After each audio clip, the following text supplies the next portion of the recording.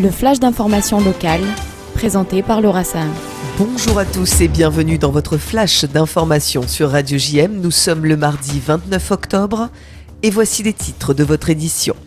Le week-end dernier à Marseille, des tags antisémites ont été retrouvés à l'intérieur d'un immeuble. Le seul habitant juif de ce bâtiment dans le 5e arrondissement s'est senti particulièrement visé par ces attaques.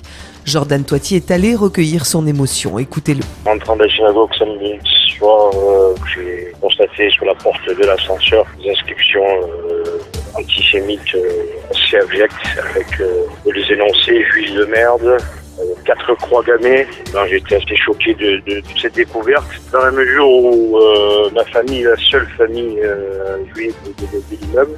J'ai essayé de porter plainte à la police, on m'a dit non, vous ne pouvez pas porter plainte parce que c'est sur les parties communes. Par contre, c'est le syndic qui doit porter plainte et pas moi, parce que c'est dans les parties communes de l'ascenseur. Donc le syndic, normalement, je l'ai contacté et donc il devrait porter plainte et faire son travail. Je suis assez choqué dans la mesure où ces inscriptions n'ont pas été effacées de suite. J'ai pas de sentiment de peur. J'ai pas peur parce que bon, j'ai continué à rentrer chez moi le lendemain, tout ça. J'ai un sentiment plutôt de choc. C'est la première fois que ça m'arrive. Un homme disparu depuis 3 jours a été retrouvé mort hier au chantier naval de La Ciotat. Il s'agit d'un salarié d'une société de sous-traitance d'entretien de yachts d'exception. Une enquête a été ouverte pour déterminer les causes du décès. Alors que nous entrons dans la période hivernale, les autorités sanitaires alertent sur l'importance de la vaccination dans toutes les classes d'âge et surtout pour les populations les plus fragiles. Écoutez les préconisations du Dr Dre, pédiatre à Cas-d'Olive.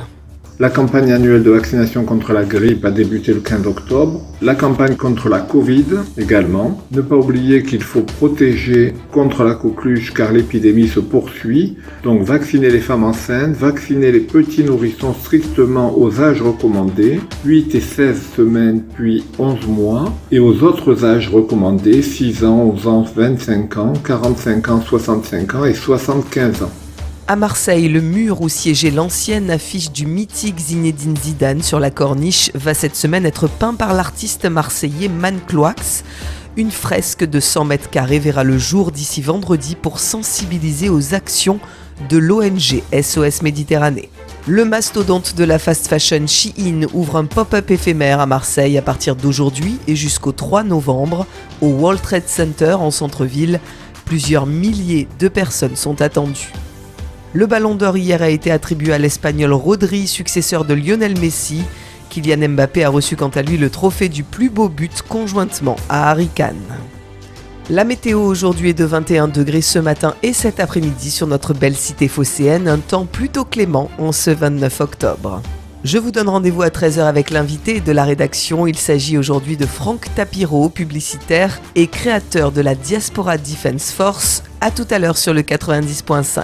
Tout de suite après ce journal, c'est l'Instant Mag de Magali Barthès. Alors que les Américains sont appelés aux urnes pour les élections présidentielles, nous avons rencontré Christina Eden, diplomate de l'ambassade américaine à Marseille. Elle abordera également la situation au Proche-Orient ainsi que l'explosion des actes antisémites. A tout de suite sur Radio JM.